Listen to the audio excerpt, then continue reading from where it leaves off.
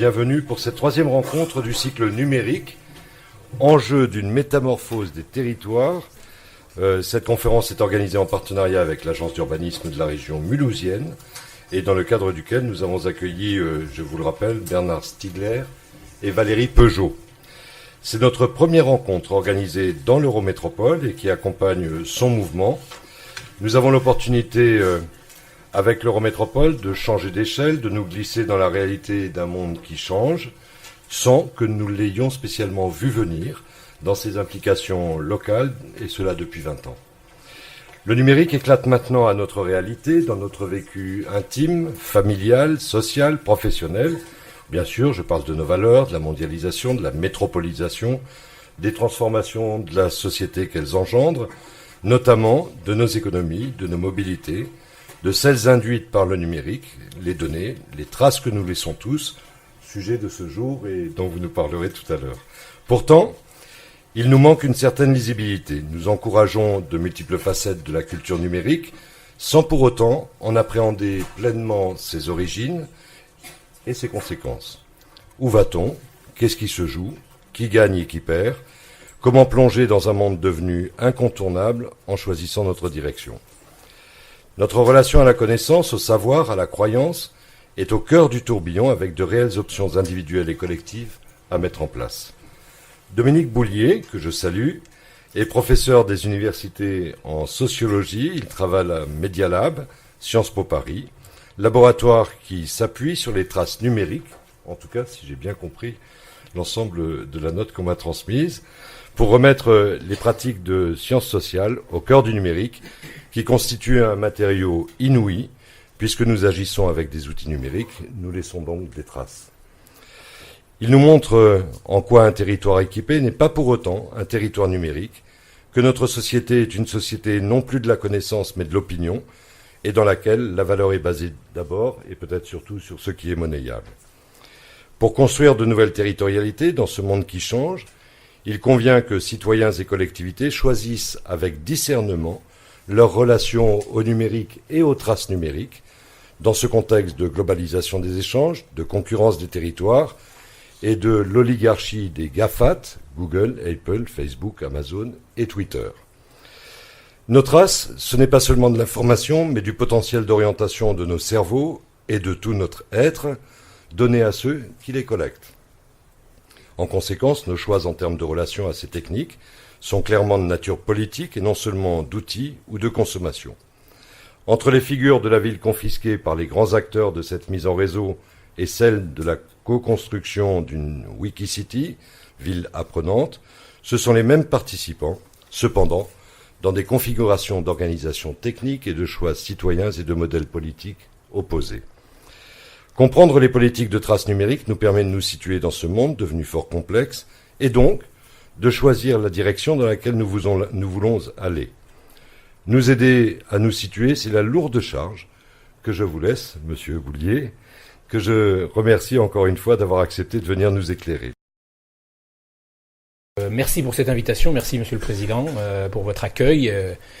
J'ai presque l'impression que vous avez déjà à peu près tout ce que je devais dire, alors je suis un peu embêté, mais bon.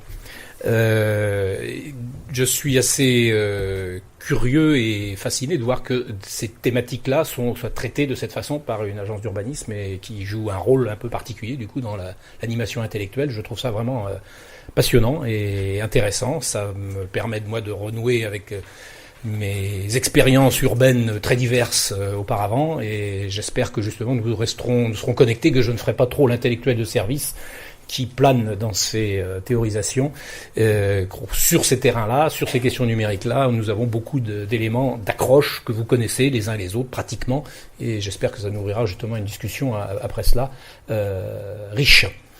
Alors la présentation que j'ai adoptée, là vous voyez, ce sont des traces aussi, ce sont des traces laissées par les aborigènes et qui en font des œuvres précisément, mais c'est bien plus que des œuvres. Maintenant on les considère comme des œuvres, mais en réalité pour eux c'est précisément un récit, une forme de représentation de ces êtres du rêve qui en Australie constitue le schéma mythique qui organise l'ensemble de leur vie. Et donc ce sont des traces, et c'est intéressant. On est quasiment là, on a quelque chose comme un profil mythique, puisqu'il y a toute l'histoire, y compris les lieux où se sont déroulés les événements importants de certains clans, et de ce principe-là peut nous inspirer. Bon, je suis anthropologue de formation, alors évidemment ça me plaît toujours, mais je vous rassure, nous ne ferons pas un travail principalement centré sur les aborigènes. Il y a beaucoup d'autres choses à dire à partir de là sur ces questions des traces. Je vais tout de suite vous proposer un schéma, aussi visuel, je pense que ça aide beaucoup à penser. Évidemment, ça schématise les choses, évidemment, cela caricature peut-être quelques points, mais ça vous permet peut-être de vous orienter. Le président a dit tout à l'heure, effectivement, que nous avons besoin de nous orienter. Eh bien oui, la boussole cosmopolitique, c'est comme ça que je l'appelle. Cette boussole cosmopolitique, elle peut nous servir plutôt à essayer de nous repérer dans des politiques possibles. C'est ce que je verrai tout à l'heure avec les données elles-mêmes, avec la question des politiques des données, des politiques des traces. Mais c'est aussi directement ce qui peut nous permettre de comprendre dans quelle ville nous sommes, comment nous avons des villes qui se sont à la fois empilées historiquement et qui en même temps nous permettent maintenant de faire encore des choix. Alors l'origine de tout cela, de cette boussole en 2 mots, parce que c'est pas forcément très important, mais vous voyez qu'il y a 2 axes, il y a un axe attachement et un axe détachement. C'est inspiré des travaux de Bruno Latour, qui a créé le Media Lab, avec qui je travaille depuis plusieurs années, et qui donc nous a fait comprendre comment le modernisme, depuis la Renaissance, est un mouvement de détachement vis-à-vis des traditions en général, de l'ensemble de nos liens avec la nature, avec les rites divers et variés, et précisément le modernisme, c'est cette entreprise permanente de détachement pour gagner en autonomie, en émancipation, justement. Et donc ce mouvement-là, il continue à être là, et continue à faire partie de nos débats. Et certains tirent pour nous dire revenons plutôt vers les attachements, et d'autres tirent plutôt en disant continuons à nous émanciper. Donc vous verrez que je ne prends jamais position dans ces schémas-là. Je considère qu'il y a à prendre dans toutes ces positions de façon intéressante. Mais l'intéressant, c'est de voir la dynamique du débat public d'une part, et puis du coup des solutions possibles que l'on peut imaginer en s'inspirant de ces différentes positions dans la boussole. L'autre axe, c'est un axe sur les certitudes, qui oppose les certitudes à l'incertitude, et il s'inspire plutôt des travaux d'Isabelle Stengers, qui, elle, dans la présentation et dans l'histoire des sciences qu'elle fait, a montré comment les scientifiques, et notamment les physiciens, ont été capables de prendre en compte l'incertitude au cœur même de leur façon de penser les phénomènes qu'ils traitaient. Ce qui est un peu contradictoire avec ce qu'on demande souvent socialement à la science, c'est-à-dire de nous fournir des certitudes. Eh bien non, précisément dans leur propre modèle, ils ont incorporé l'incertitude. Et sans doute que nous avons aussi à apprendre d'eux pour nous dire, oui, que l'incertitude fait partie de notre condition, j'allais dire d'une façon ou d'une autre, mais en même temps, nous sommes quand même tirés, c'est pas si facile que ça à vivre, la certitude. Donc forcément, certains d'entre nous, ou nous-mêmes à certains moments, nous tirons vers les certitudes, et dans certains cas, nous acceptons l'incertitude. Et vous voyez, ces débats, avec cette boussole-là, on a déjà l'impression qu'il y a beaucoup de positions possibles. Cet outil-là, il sert surtout à représenter les possibles, et à en inventer éventuellement quand on sent que le débat est un peu bloqué. C'est un peu cette idée-là, puisque chaque cadran, on pourrait le rediviser en 4, il est fractal, et à partir de ce moment-là, on pourrait en trouver d'autres, et essayer de voir quels sont les termes du débat qui nous permettent de nous orienter, justement. Alors, quand je l'applique aux villes, justement, c'est une boussole qui a un caractère historique dans ce cas-là, mais vous voyez bien qu'il en reste des traces malgré tout. C'est-à-dire que la ville forte et sacrée, eh bien, elle est principalement organisée autour de cette notion de centralité. C'est cela qui est essentiel pour nous organiser, notre façon d'être ensemble. Ça va être la centralité qui va être la valeur principale. Et il se trouve que il y a des traces quelquefois qui en restent de cette ancienne centralité, de cette ancienne place forte, etc. Et c'est quelque chose qu'on doit s'interroger, on doit être capable de se dire mais quelles sont les nouvelles centralités que nous avons, et ça c'est quelque chose qui reste une question qu'on va essayer de voir du point de vue du numérique notamment. Mais évidemment, il y a eu une autre évolution depuis, c'est cette ville qui est centrée sur l'accessibilité. Alors les deux notions d'accessibilité et de centralité, vous les retrouverez chez un sociologue urbain comme Henri Lefebvre, qui était effectivement un grand inspirateur pour moi de ce que c'est que la ville, justement, qui a essayé de penser la ville en tant que telle. Et ces deux critères-là, avec ça, vous avez déjà quand même une assez bonne idée de ce que c'est qu'une ville, quoi, qui produit de la centralité et qui produit de l'accessibilité. Et c'est pas forcément si facile que ça à combiner, hein, évidemment. Et dans la ville marché, eh bien, c'est une autre époque historique, hein, qui a eu dans les différentes ères culturelles, on peut avoir différents moments, mais nous en Europe, c'est plutôt effectivement à la fin du Moyen-Âge qu'on la voit émerger, et on a effectivement toujours aussi ces places de marché, effectivement, puis des places de marché plus récentes, d'un autre type, vous voyez, qui peuvent être effectivement répondre à la même question, qui réorganisent le cadre bâti, qui proposent d'autres attractivités, d'autres façons d'attirer, et qui éventuellement d'ailleurs peuvent du coup mettre en cause la centralité. Hein, c'est un peu ces questions-là, cette tension-là que l'on vit, y compris quand on fait une planification urbaine, quelle qu'elle soit, on voit bien que ça crée un certain nombre de tensions. Mais il est souvent, alors ça on est assez d'accord, c'est quelque chose qui fait le quotidien, j'allais dire, non seulement des agences d'urbanisme, mais de toutes les politiques urbaines. Pourtant, depuis un certain nombre d'années, il serait intéressant de considérer que nous avons une troisième propriété qui a émergé des villes et qui est celle liée au flux et à l'opinion. Et de ce point de vue, c'est quelque chose qui est difficile à rendre opérationnel, qu'on voit moins matériellement, on ne traite pas des grands équipements, on est un peu plus démunis face à cela, alors qu'en réalité, c'est pourtant un des constituants de notre vie collective. Nous savons très bien que nous vivons aussi avec des rythmes d'opinion, d'événements, de sensibilité, de climat, comme aurait dit le philosophe allemand Peter Sloterdijk. Et donc tout cela, ce sont des choses que désormais nous pouvons aussi prendre en compte et nous devons prendre en compte. Je n'ai pas mis le mot là ici, mais en réalité c'est ce critère de la traçabilité qu'il faudrait inscrire à ce moment-là. Alors c'est quelque chose qui constitue une couche, j'allais dire, de la ville, qui n'est pas contradictoire avec les autres ou qui se cumule, mais de quelle façon va-t-elle se cumuler? C'est ça qui est important. Et alors, bien vu, vous avez ici effectivement on ne sait pas comment la rendre visible. Alors, il y a des centres, comme ça. Et puis, je ne résiste pas au plaisir de mettre en scène Gretel, parce que c'est quand même là le Minitel, où moi j'ai commencé ma petite carrière de sociologue des technologies, et puis, parce que je faisais les tests du Minitel à Rennes, parce que je suis rennais. Et donc, mais il s'est trouvé que grâce aux utilisateurs innovants de Gretel, des messageries des DNA, eh bien, on a pris une autre voie. Donc ça, c'est ça qui est un cas intéressant. Vous me direz, oh, mais non, ça c'est pas le numérique. Si, ça fait partie de l'histoire du numérique. C'est quelque chose qui a son importance, y compris qui a son importance pour toute la sociologie d'ailleurs, qui a travaillé sur ces questions-là. Je peux vous le garantir. Donc ce qui est intéressant, c'est qu'on va voir d'ailleurs que ce sont des flux aussi qui ont été produits par les citoyens, qui n'étaient pas du tout ce qui était programmé. Donc ça, c'est un élément intéressant sur lequel on peut réfléchir. Et puis la quatrième ville, eh bien effectivement, la quatrième ville, c'est cette ville cosmopolitique qui consisterait à recomposer les autres, à essayer de prendre les propriétés des unes et des autres et à se dire comment est-ce qu'on peut prendre les avantages et éviter en limitant un peu les inconvénients et essayer d'avoir cette nouvelle prise en compte de toutes ces propriétés-là dans un environnement qui, bien entendu, va être là, et c'est ce sur quoi je vais insister, marqué par le numérique. Donc c'est un peu cet effort que je vais faire de reprendre ce schéma-là sur le plan du numérique, justement. Alors si on prend le premier point sur la question de la centralité, en reprenant justement ces trois villes, ces trois dimensions, il faut bien noter que c'est quand même pas du tout la préoccupation de base de ceux qui pensent le numérique, y compris dans les questions urbaines. On dit la centralité, un problème qui n'existe pas, c'est pas du tout un enjeu. Or, j'ai essayé de le montrer tout à l'heure, de l'expliquer un petit peu, mais là je vais rentrer un peu plus en détail. C'est-à-dire que c'est vraiment la question qui est posée, c'est comment le pouvoir se rend visible et comment il construit sa représentation, et sa représentation au double sens du terme, c'est-à-dire en tant qu'image, et en tant que représentation, c'est-à-dire délégation.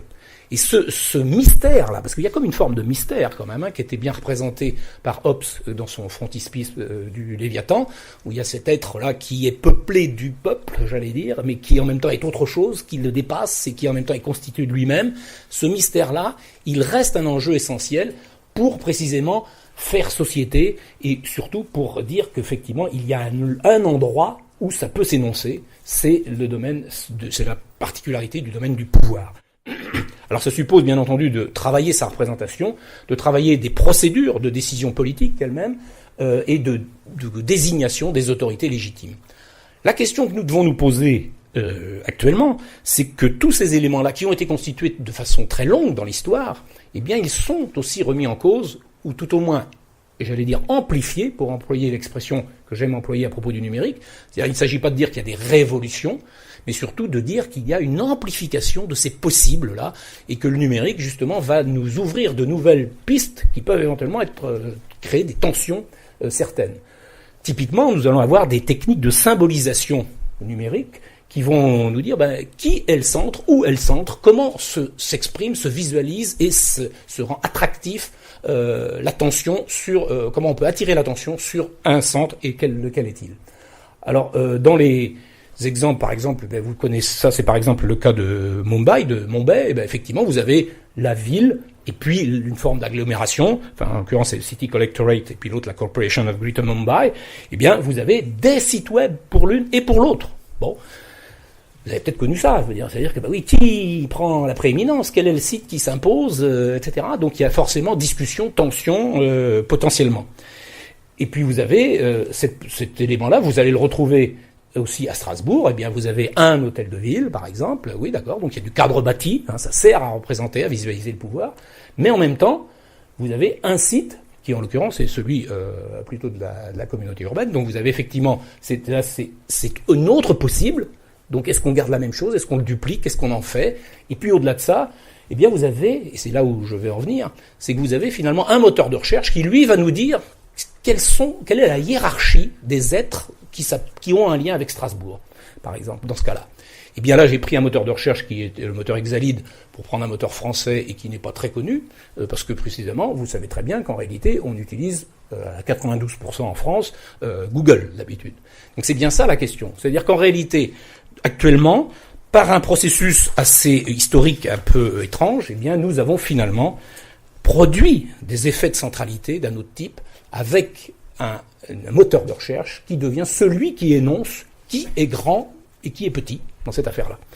Et là, vous avez, effectivement, on peut se dire, là, il y a quand même un problème.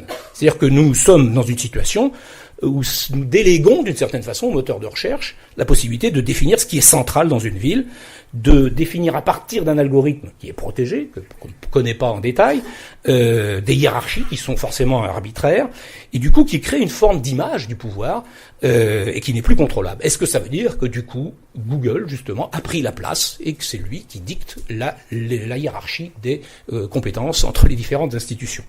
Vous voyez que là, il y a une mutation qui fait que la représentation de la centralité n'est pas aussi automatique, c'est pas aussi simple. Et le numérique crée des glissements, des déplacements qui peuvent nous interroger. C'est un peu la question qui est posée ensuite. C'est à partir de ce moment-là, nous sommes dans un contexte où finalement ce modèle hiérarchique et ces grandeurs produites par le moteur, en réalité, sont un peu contradictoires avec tout ce qu'on dit sur le numérique. En général, d'habitude, c'est plutôt quelque chose qui est l'ordre de l'horizontal, de la circulation, de la prolifération, etc. Où se trouve désormais cette horizontalité? Comment est-ce qu'elle est compatible avec ce type d'expression du pouvoir d'un moteur, en l'occurrence? C'est là où se pose la question de la place que peut être la centralité. On l'a considérée jusqu'ici comme étant celle d'une autorité. Et là, j'emploie des termes qui sont liés à la façon dont on pense les réseaux, où on dit finalement, une autorité, c'est celle qui est citée par d'autres sites, par exemple, et bien à ce moment-là, vous avez un score d'autorité, y compris Google utilise ce type de score, alors qu'on pourrait très bien imaginer que la ville soit un hub à l'inverse, c'est-à-dire que c'est celle qui cite beaucoup de gens. Donc on a un score de hub aussi, on calcule ça aussi. Donc à partir de ce moment-là, on pourrait dire, et pourquoi la ville ne serait pas celle qui cite le plus de gens et qui organise l'activité de tous ceux qui ont un lien avec Strasbourg, par exemple. Et là, c'est un autre point de vue, parce qu'on se retrouverait plutôt précisément dans une vision du centre qui travaille cette horizontalité. Vous voyez là qu'on commence à avoir des politiques possibles qui ne sont pas forcément aussi automatiques que la duplication simple des hiérarchies institutionnelles que l'on peut connaître jusqu'ici. Alors évidemment, il y en a malgré tout qui continuent à penser des villes en voulant marquer à tout prix la verticalité, comme à Dubaï, etc., et en s'intéressant pas énormément quand même à l'horizontalité, c'est clair. Mais on voit bien que là, on est dans des dérives, on est dans une extrême qui est sans doute d'ailleurs une queue de comète par certains côtés, mais qui peut nous inquiéter légitimement. Alors si on vient sur la question de l'accessibilité pour cette deuxième type de ville, qui est aussi une qualité urbaine qu'il faut prendre en compte, on peut la traiter aussi avec les grands réseaux, et puis on peut arriver aux accès personnalisés, parce que c'est ça qui va être important. Quand on part des grands réseaux, eh bien on voit bien que l'accessibilité à tout prix, comme on avait la verticalité à tout prix, ben oui, l'accessibilité à tout prix, elle produit quand même des effets légèrement contre-productifs dans certains cas. Vous les connaissez. C'est un passage à la limite un peu délirante. Les questions d'encombrement, ben oui, c'est la limite de l'accessibilité. C'est-à-dire au bout d'un moment, on offre plus de circulation, plus de stationnement, plus de transport en commun, même plus de délocalisation des activités beaucoup plus diverses, etc. Et puis finalement, dans un contexte d'énergie peu cher, eh bien voilà, on se retrouve effectivement avec des embouteillages de ce type-là. Et on a beau les démultiplier, on sait bien que ça ne change rien, et on aboutit à ce type de nœud indémêlable, évidemment.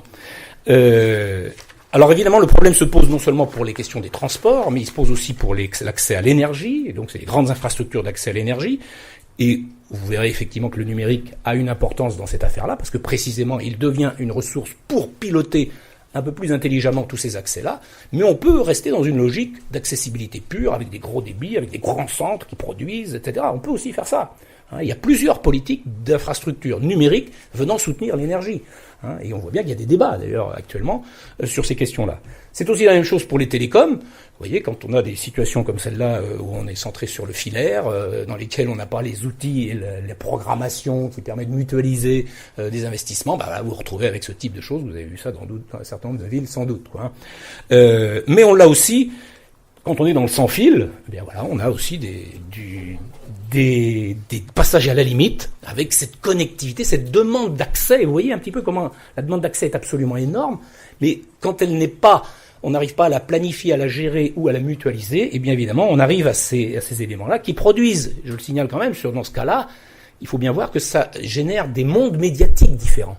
C'est-à-dire que tous ces gens qui sont connectés sur leur parabole, effectivement, vivent dans des mondes différents. Donc, ils vivent pourtant ensemble dans les mêmes lieux, et apparemment, en réalité, ils sont connectés à autre chose. C'est des choses à avoir en tête quand on était dans les années 60 dans un monde à faible densité médiatique, à faible diversité médiatique.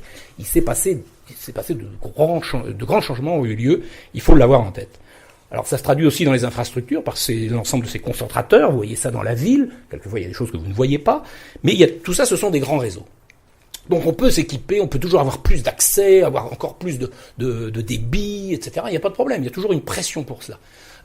Ça, c'est pas très compliqué en réalité. Ça coûte évidemment, et puis après il y a des arbitrages à faire. Mais n'empêche que ça, c'est pas très compliqué. On voit bien que c'est la même tendance qui consiste à augmenter l'accessibilité indéfiniment d'une certaine façon. Et pourtant, il existe désormais une autre politique qui est plus sophistiquée et qui rend, le numérique aussi intéressant, avec une gestion différente de cette accessibilité. C'est ce qu'on appelle tous ces accès personnalisés. C'est précisément ce qui va nous permettre de sortir des effets contre-productifs de l'accessibilité de masse, comme on pouvait l'imaginer auparavant. Ça veut dire qu'on a des droits d'accès sélectifs. C'est ce qu'on trouvera chez Rifkin dans l'âge de l'accès, quoi. Et précisément, nous ne sommes plus dans la fourniture de biens en masse de cette façon-là, mais on est plutôt dans le pilotage fin on dit quelquefois de la customisation, mais de l'adaptation aux demandes individuelles et à la mise en réseau de ces types d'échanges. Donc là, ça peut s'appliquer à tous les domaines, la culture, au loisir, avec des effets de club ou des zones réservées aussi, et avec ce type de situation où finalement on rend les biens non plus, l'échange ne se porte plus sur les biens, mais sur les services auxquels on donne des accès selon des règles qu'il faut établir. Et à ce moment-là, vous voyez bien qu'on est tout à fait dans autre chose que cette accessibilité de masse comme cela. Elle commence à être plus sélective et elle permet justement d'adapter à des pratiques, à des façons de vivre la ville qui peuvent être très individuelles. Donc ça, c'est un des éléments. Et puis on a, du coup, par la même occasion d'ailleurs, ça permet à des nouveaux entrants du point de vue des opérateurs d'accéder à des rôles clés dans la vie économique urbaine, dans la gestion des données, et ça c'est très important de garder ça en tête. C'est-à-dire qu'à travers tous ces services personnalisés, le type de relation qui est fait avec le public donne l'occasion à un certain nombre d'opérateurs de gagner des positions qui peuvent être reproduites dans d'autres domaines éventuellement, indépendamment du fait qu'ils ont démarré par exemple sur les vélos ou pas. Et puis du coup on a aussi des changements dans les clés. Alors moi c'est une des dimensions qui m'intéresse parce que je travaille sur ce que j'appelle l'habitel, c'est-à-dire notre enveloppe de systèmes d'information personnelle où finalement nous avons toutes nos données avec nous, que nous portons avec nous, et précisément les clés en font partie aussi. C'est des choses où il y aura des mutations, soit sur portable, soit sur d'autres types de systèmes. Alors du coup, le problème, vous voyez bien, c'est que même quand on est dans cette logique-là de contrôle d'accès qui rend l'accessibilité, c'est une politique qui peut être assez différente de cette accessibilité de masse, en même temps, il ne faut pas oublier qu'elle peut générer elle-même des effets sont parfois indésirables. C'est-à-dire qu'on n'est pas, et c'est ça va être un problème dont nous discuterons, j'espère, on voit bien que le politique et l'ensemble des institutions qui vont constituer autour de lui ne sont pas forcément les maîtres d'œuvre de tout cela, et qu'on a en réalité derrière un certain nombre de nouveaux entrants, comme j'ai évoqué, qui créent des tendances avec une logique d'innovation constante, qui déstabilise beaucoup les habitudes, et qui fait que on arrive à avoir une architecture technique qui n'est pas tout à fait celle qu'on voulait. Alors c'est le cas notamment dans les questions de sécurité. On peut commencer en se disant, je fais juste des petites bornes, tout ça, qui sont sélectives, on a notre carte, et puis voilà, on est identifié. Et puis petit à petit, on rentre dans ces, là je vais pas en parler plus précisément, mais dans ces zones qu'on appelle des gated communities, donc des communautés fermées, etc. Ça transforme petit à petit l'ensemble de l'espace urbain, potentiellement. Et puis on peut générer de la surveillance, bien entendu, qui est une solution assez rapide, précisément, à des problèmes d'insécurité. On dit, moins on a ça, on l'a fait. Les bilans qui sont tirés à Londres, etc., sont pas si brillants. Mais après tout, on a fait quelque chose, parce qu'on ne sait pas trop forcément comment traiter. Et ça, c'est typiquement le genre de dispositif qui aide à cela, et avec les centres de visualisation qui permettent de reconstituer, j'allais dire, certains éléments du panoptique que l'on ne pouvait espérer oublier, j'allais dire d'une certaine façon.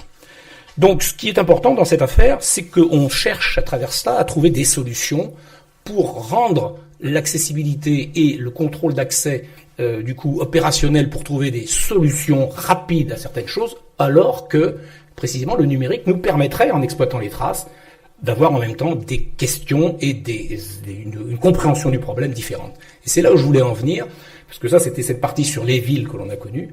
La ville dans laquelle nous sommes maintenant, c'est une ville qui précisément vit à partir des traces, et que sur ce plan-là, nous avons là aussi des choix à faire, des choix politiques à faire, et nous avons précisément une offre beaucoup plus diversifiée qu'on le pense. Vous savez, très souvent, on nous laisse penser que nous sommes dans des rails, et puis que le numérique avance, et puis voilà, il y a de l'innovation, puis il faut suivre, et puis en plus on est en retard, on est toujours en retard, c'est ce que j'appelle la tyrannie du retard.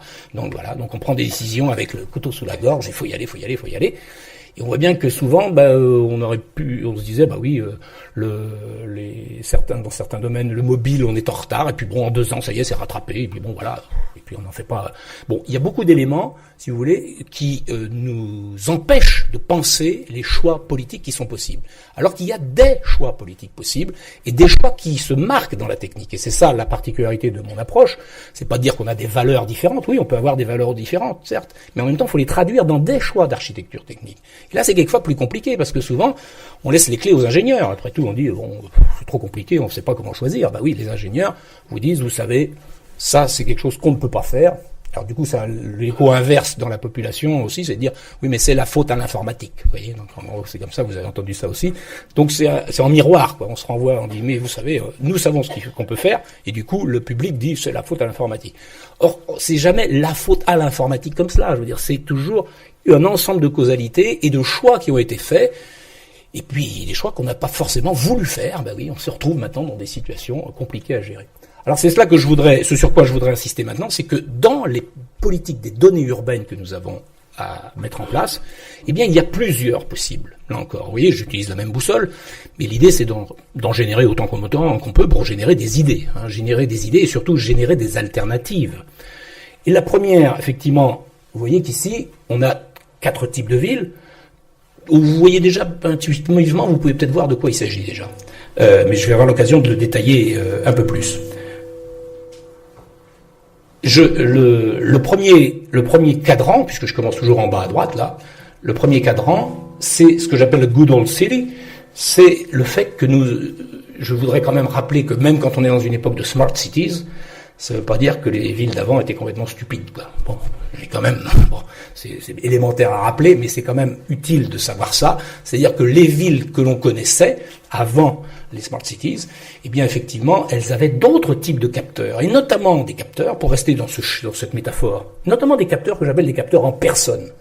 Alors, les élus que vous êtes savent bien ce que c'est d'être un capteur. Et un élu, c'est fondamentalement un capteur aussi. C'est-à-dire que c'est quelqu'un qui sait sentir ce qui se passe d'une façon ou d'une autre. Alors il peut avoir en plus l'appui des services techniques excellents qu'il peut avoir à son service, mais en même temps, personnellement, physiquement presque, quand il se déplace, il sent des choses, et ce n'est pas négligeable, c'est pas quelque chose qu'on peut dire tout ça, ça ne vaut rien.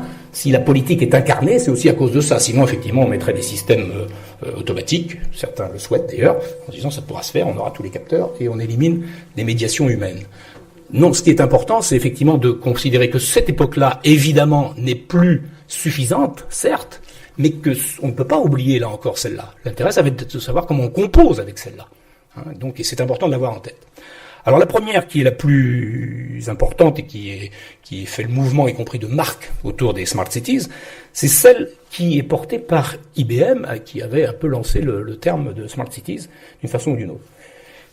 Et je vous donne seulement cette image du City Command Center qu'ils ont développé et qu'ils présentent par exemple à la Gaude, qui peut être utilisé ailleurs. Ce qui est important de voir, je voudrais vraiment que vous arriviez à voir à quel point il y a des façons différentes de traiter les données. Apparemment tout ça c'est du numérique, on peut dire ok c'est du numérique, tout ça dans le même paquet. Eh bien non, il va falloir s'intéresser en détail à la façon dont c'est fait. Parce que cela aura des conséquences sur les types de choix qu'on peut faire, les possibles qui restent entre les mains des élus, entre les mains des citoyens. Sinon, effectivement, on laisse les clés et puis on se laisse gouverner. Il n'y a pas de problème, on peut faire ça aussi. Mais si on choisit de dire je veux reprendre un peu la main, à quelque niveau qu'on soit, sur les décisions qui sont prises dans ce domaine-là, eh bien il faut comprendre de quoi c'est fait. C'est cela mon principe ce soir, c'est d'essayer de seulement vous intéresser à cette idée, d'aller voir comment c'est fait. Alors certains d'entre vous le connaissent certainement bien mieux que moi encore, mais souvent les citoyens ne sont pas en mesure de rentrer là-dedans.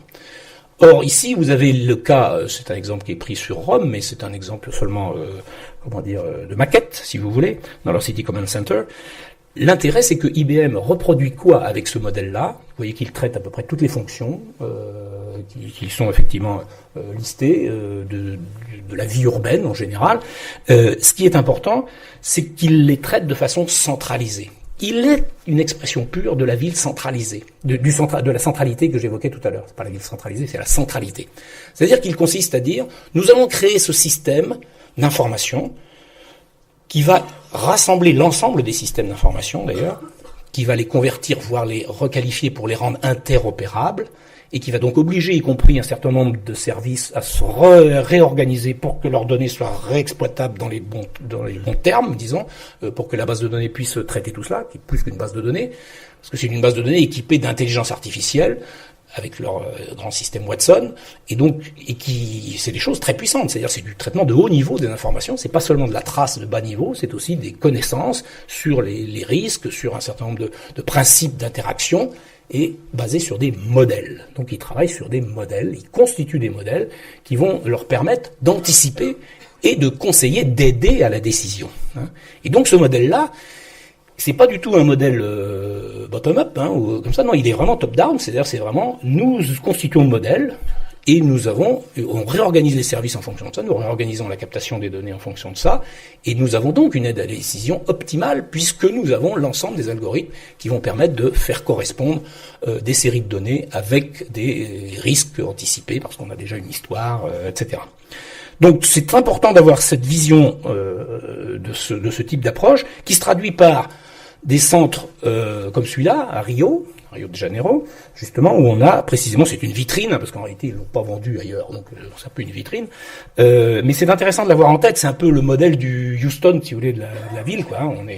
Tout le monde est là, tout le monde voit tout, on a la distance, c'est-à-dire qu'on a la ville à distance, on surplombe un peu tout cela, mais en même temps, on a cette visibilité permanente, et puis on peut coopérer en plus, parce que les différents services, là, peuvent coopérer selon les domaines et interagir. Donc ce modèle-là, c'est un modèle effectivement assez idéal qu'on pourrait retrouver dans des traditions de ligoptype, comme je le disais précédemment. Mais on voit bien que ça suppose du coup de discipliner tout le monde pour que tout le monde rentre les données dans les bons formats et que les modèles précisément soient opérationnels si on rend tout ça interopérable. Alors, ça se traduit aussi dans d'autres villes, comme par exemple, là c'est des tableaux qui existaient avant que IBM fasse ça. Ça se traduit aussi par cette fascination des dashboards, des tableaux de bord. C'est assez extraordinaire pour ça. Vous connaissez sans doute ça, parce qu'on est tous un peu fascinés par ça. C'est-à-dire que quand on voit tout ce qui arrive comme information et qu'on peut le rassembler sur un même écran, on a l'impression d'avoir le monde au bout des doigts, vous voyez, donc ça c'est quand même extraordinaire, quoi.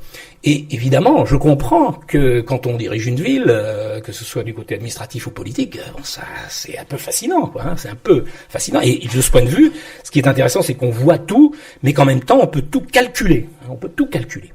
Tout calculer, ça veut dire donc tout expliciter. Donc vous voyez le travail qu'il y a à faire pour que tout soit bien explicité dans le workflow, entre les échanges des services, les données, les paramètres qu'on peut rassembler, avec des sources souvent hétérogènes. C'est pas si simple que ça, mais ça crée une forme de fascination et d'attractivité que l'on connaît très bien, parce que c'est quelque chose qui s'est passé dans les entreprises depuis une quinzaine d'années, avec ce qu'on appelle précisément les ERP, Enterprise Resource Planning, ou en français les logiciels de gestion intégrée, qui permettent justement d'avoir ici un ensemble de séries. Ici, par exemple, c'est un tableau de SAP, une grande entreprise allemande qui est leader sur le marché et qui a inondé l'ensemble des marchés des entreprises avec ces types de systèmes d'information qui obligent précisément à recomposer l'ensemble des process des entreprises. Ce qui aboutit d'ailleurs à 50% d'échecs parce que, au bout du compte, il y a quand même beaucoup de choses qui ne rentrent pas dans les cadres, quoi. C'est un peu le problème. Donc, de fait, toutes les catégories qui sont mobilisées dans le système doivent devenir, pour des économies d'échelle, c'est-à-dire on customise comme ils le disent, on l'adapte, mais en réalité pas jusqu'au bout quand même, faut pas exagérer. On fait pas du cousu humain. Et à partir de ce moment-là, on est obligé de rentrer dans des cadres et de réorganiser la production elle-même. Alors évidemment, quand on est dans ces dispositifs-là, il n'y a pas que le système et l'intelligence de ce type de modèle qui est en jeu. Il y a aussi, bien entendu, des capteurs en réseau. Alors là, on le voit dans une ville, sur une maison, vous voyez. Bon, effectivement, c'est l'intérêt de la maison. On la voit comme par hasard, on la voit du dessus, vous voyez. De la même façon, on peut la voir pour la ville. Et à ce moment-là, on a tous les capteurs aussi qui sont reliés. Là encore, le centre de données de la ville, le tableau de bord, il est en l'air, comme ça, il est au-dessus aussi, vous voyez, c'est intéressant. Et c'est cette image du surplomb qui est intéressante à retenir. C'est-à-dire qu'on est effectivement en surplomb, on n'est pas engagé dans les actions et on crée une forme de maîtrise parce qu'on a les modèles et l'intelligence pour cela. À condition, bien entendu, que derrière, on ait fait le travail de discipline nécessaire pour que tout le monde se conforme à cela. Cela dit, je ne sais pas si vous êtes au courant, mais ça marche assez peu quand même, les disciplines de ce type-là. Donc ça pose un problème. C'est-à-dire que bien entendu, ça dérape, ça ne fonctionne pas, il y a des pannes, il y a un certain nombre de choses. Toute la qualité du système va être de récupérer et d'apprendre à partir de toutes ces pannes, d'une façon ou d'une autre. Ce qui est un peu paradoxal parce que c'est pas forcément leur point fort dans la façon de conceptualiser. Et puis vous voyez, vous êtes plus familiers, certains qui sont des opérationnels de l'urbain, vous sont plus familiers de ça, des systèmes d'information géographique. Et les systèmes d'information géographique sont l'expression aussi de cela. C'est-à-dire qu'on découpe le monde en couches, et à partir de ce moment-là, on peut l'assembler, le désassembler, et on a une vision analytique, c'est-à-dire découpée du monde, et qui nous permet justement de mieux le manipuler. Et c'est vrai que maintenant, on a des systèmes d'information géographique absolument merveilleux, qui sont vraiment d'une puissance de calcul et qui aident à la réflexion de façon extrêmement intéressante.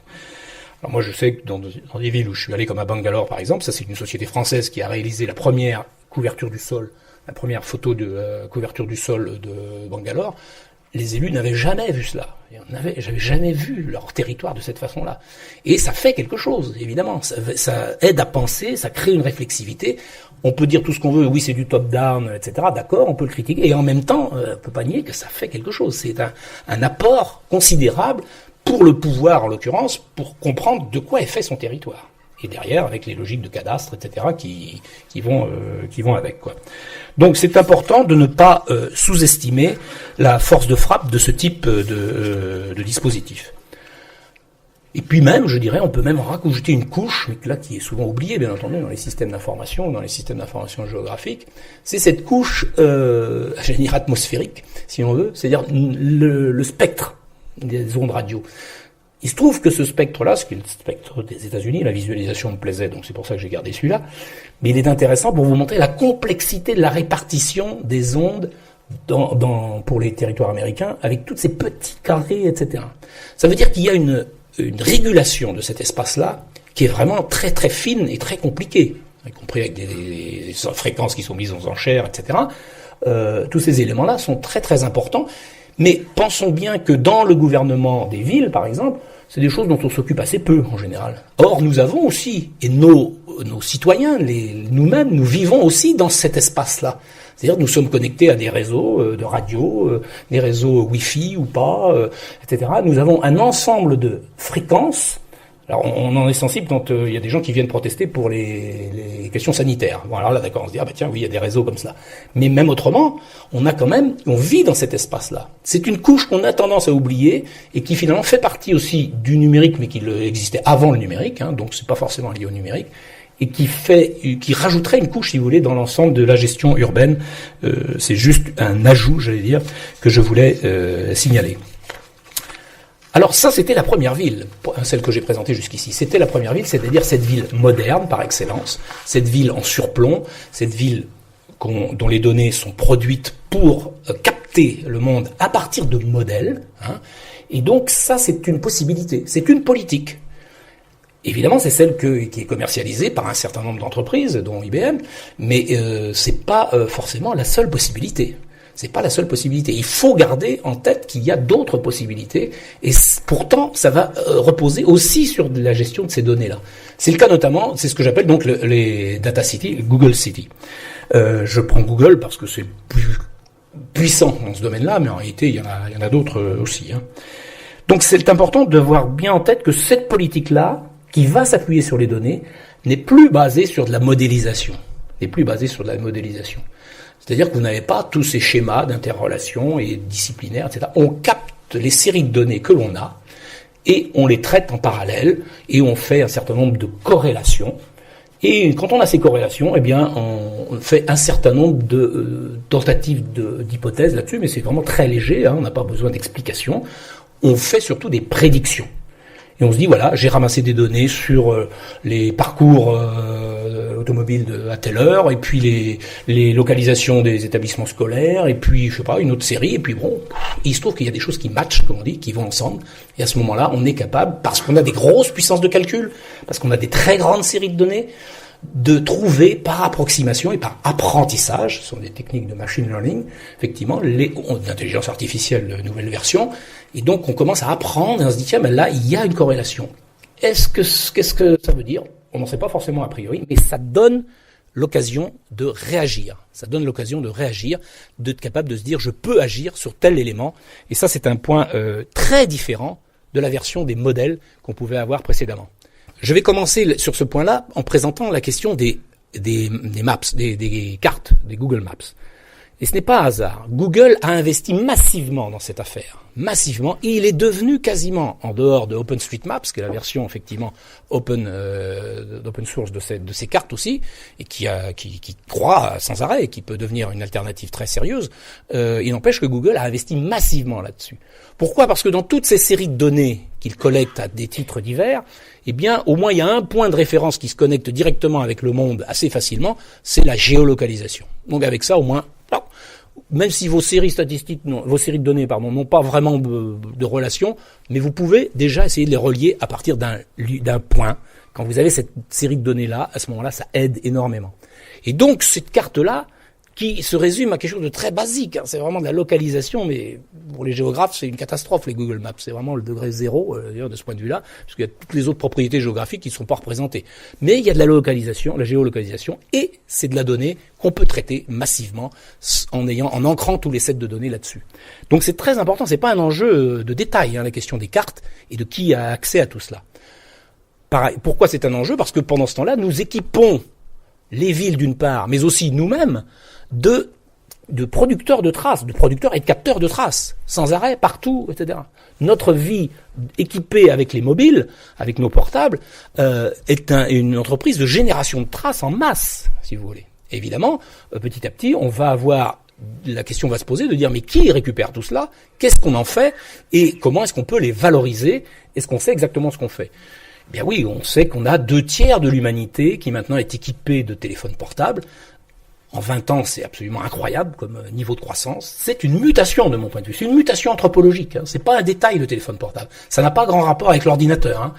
Parce qu'on dit toujours la fracture numérique, l'ordinateur, etc. Oui, mais prenons un autre critère et prenons le cas du téléphone portable. Vous voyez que là, ça change totalement. Or, la puissance des téléphones portables contemporains, effectivement, est équivalente à celle qu'on avait il y a 15 ans sur les ordinateurs, voire même à 10 ans. Évidemment, on fait pas les mêmes choses. C'est certain. Mais c'est cela qui est intéressant, c'est qu'en même temps, ça introduit tout le monde à cette culture numérique. Et c'est cela qui, du fait, génère une masse de données dans tous les domaines. Ça va être différent si on a un smartphone ou si on a un feature phone, un téléphone ordinaire. Mais il n'empêche que c'est les enjeux. Nous générons des données avec tous ces dispositifs-là, voire même avec nos voitures, avec d'autres choses. Tous nos dispositifs de mobilité en génèrent d'une façon ou d'une autre. Non seulement ça, mais même nos objets connectés vont en générer de plus en plus. Et on a là une vie urbaine d'un autre type que celle qu'on imaginait, y compris dans les modèles à la IBM, si vous voulez. Évidemment, on peut continuer à équiper, on peut s'appuyer aussi, avoir des modèles pour gérer tout cela.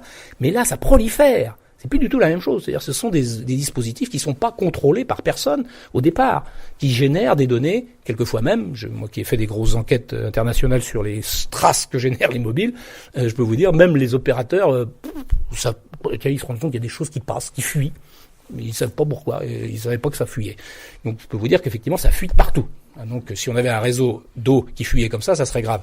Bon, il se trouve que c'est vrai qu'il fuit aussi les réseaux d'eau. Bon, donc c'est pas un bon exemple. Donc, effectivement, il y a quand même un problème sérieux autour de cela. Et de mon point de vue, je le dis comme cela en passant, mais vu la façon dont nous avons construit ces systèmes-là, avec cette fuite des données, cette prolifération et cette faible sécurité, nous allons vers ce que j'appelle, moi, un Fukushima des données personnelles. C'est-à-dire que, de toute façon, ça va exploser. Vous entendez tous les mois un nouveau hack qui montre qu'on a récupéré des données en quantité.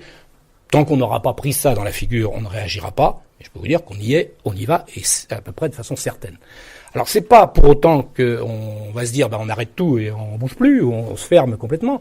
Mais vous voyez bien qu'il y a un enjeu très important. C'est que c'est quand même autre chose quand on publie un tweet. Vous voyez là-haut, vous avez juste le texte du tweet, en orange, et puis tout le reste, c'est les métadatas, les métadonnées.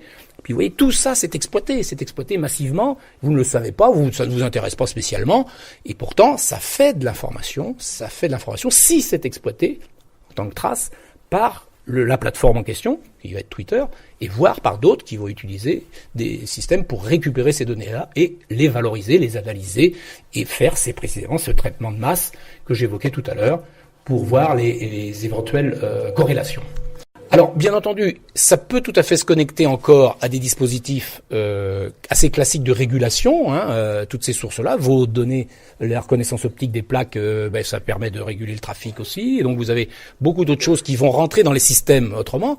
Donc, ce n'est pas incompatible avec ça. Mais vous avez aussi des applications qui vont être dites intelligentes, qui sont à caractère commercial et qui vous permettent de récupérer un code sur une affiche qui elle-même va vous envoyer les informations au moment où vous passez devant.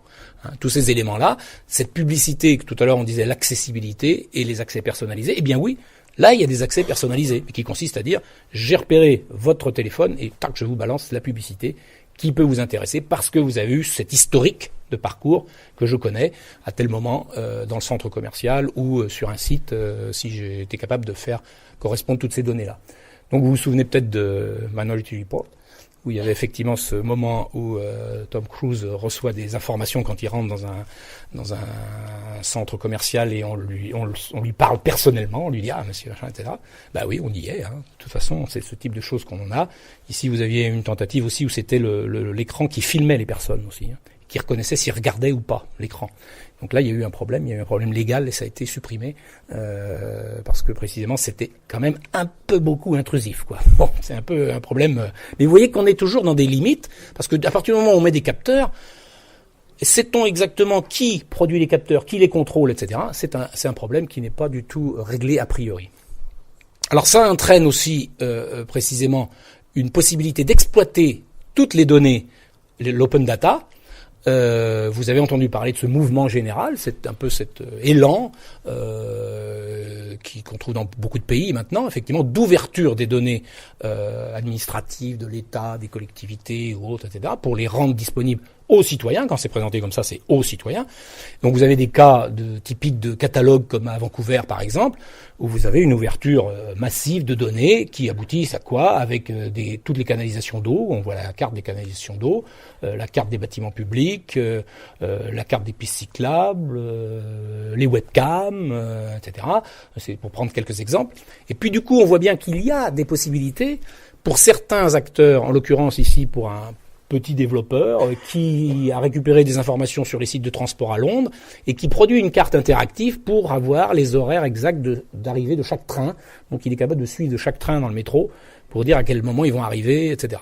Donc il a produit un service, il a fait quelque chose comme cela. C'est ça le principe, en théorie, vertueux, j'allais dire, de l'open data, qui consiste à dire on met à disposition des données qui permettent à des entreprises d'inventer des services, en l'occurrence là c'est une petite entreprise, mais ça pourrait, et qui à partir de là vont soit générer des revenus d'un côté, et puis aussi des services intéressants qu'une collectivité n'aurait pas pu ou n'aurait pas voulu développer nécessairement.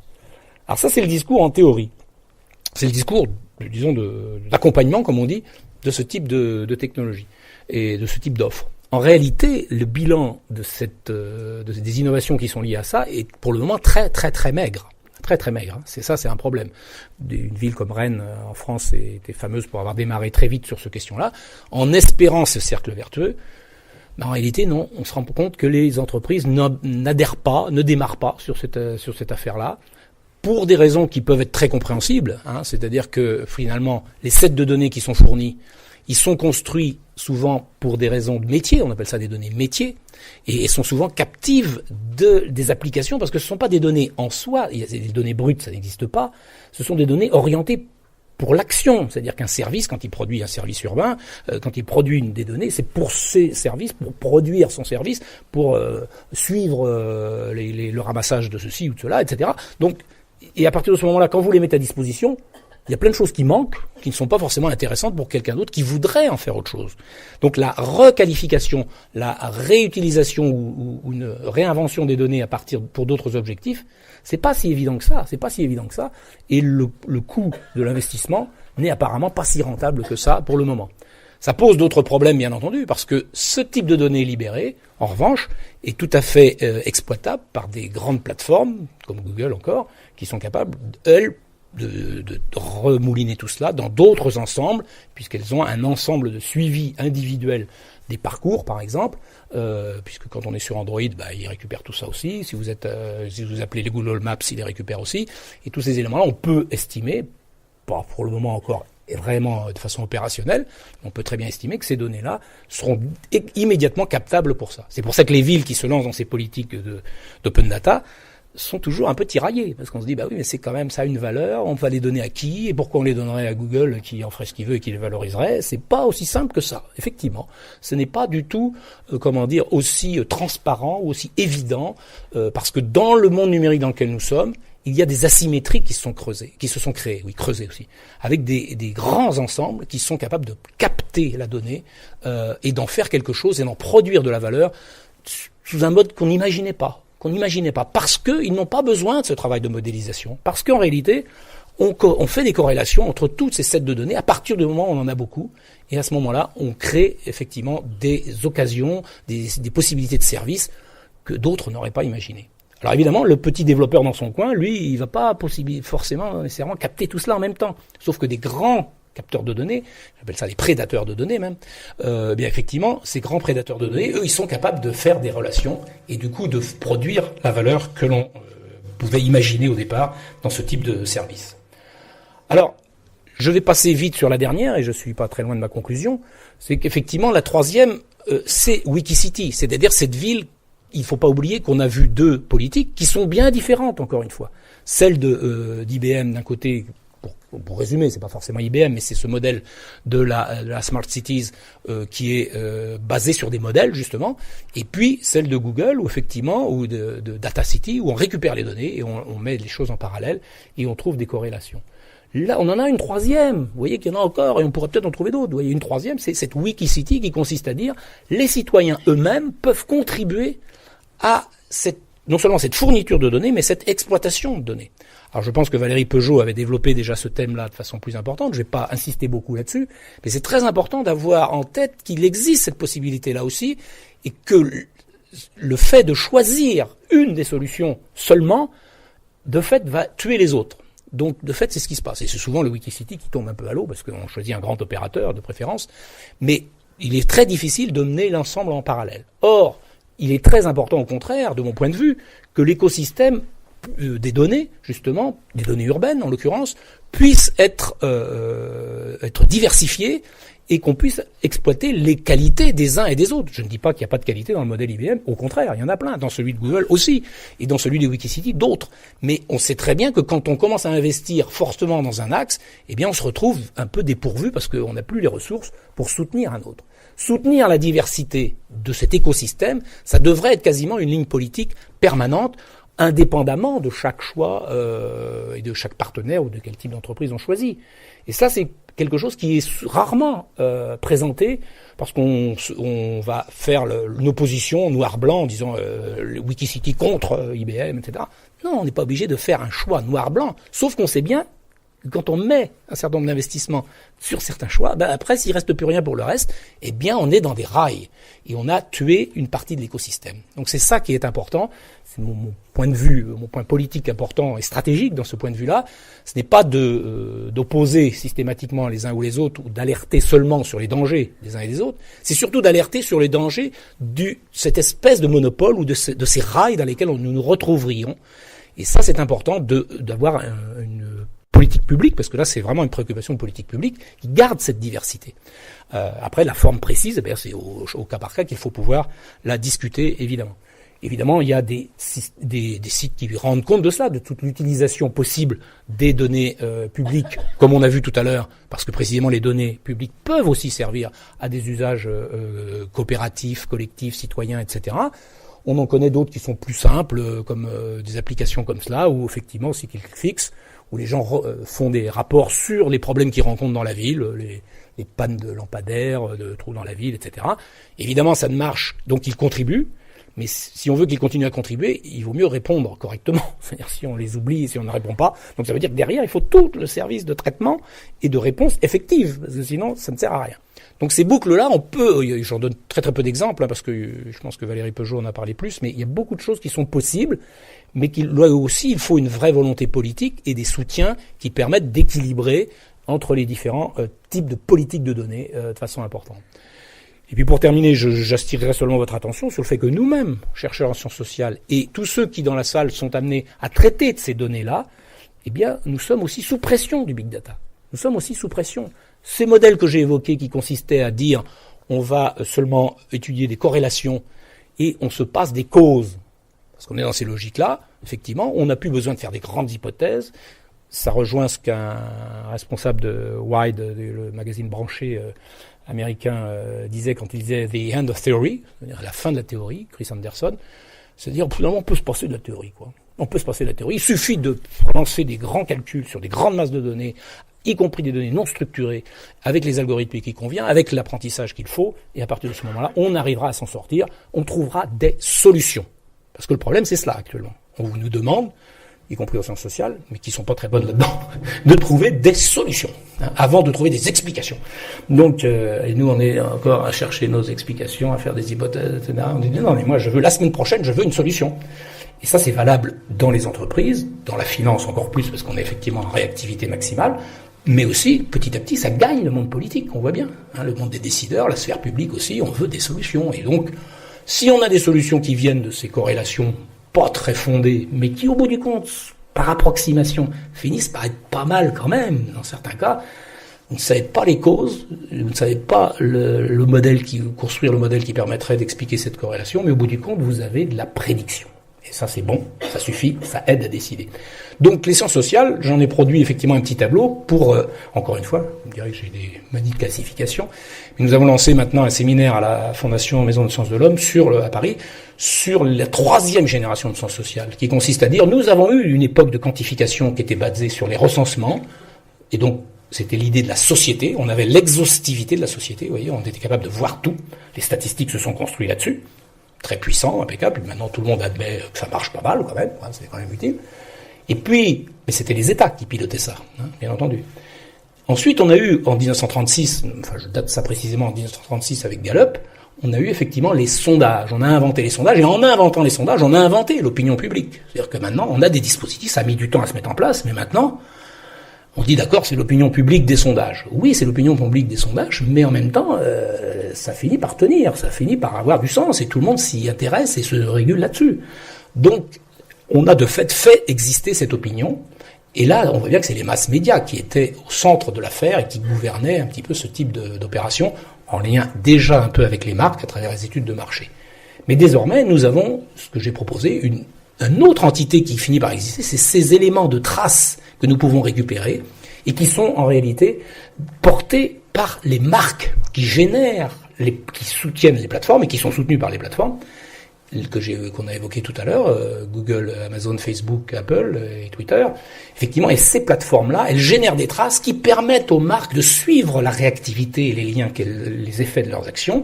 Et ces traces-là fournissent une masse de données auxquelles les sciences sociales devraient s'intéresser, et qui en réalité fonctionnent à d'autres principes, sans les explications, sans l'exhaustivité, sans la représentativité, mais plutôt de la traçabilité. Et on gagne quelque chose avec la traçabilité. Mais évidemment, ça oblige à perdre la représentativité, parce que sur le web, vous savez pas ce qui est représentatif de quoi. Il faut abandonner ça tout de suite. C'est pas la peine de chercher. Donc, c'est quand même un coût important. Et là, nous avons un challenge, nous avons un enjeu qui consiste à dire tous ceux qui essayent d'aider, y compris le politique, à réfléchir sur sa propre société. Toute cette réflexivité, c'est un travail important, c'est une fonction sociale importante.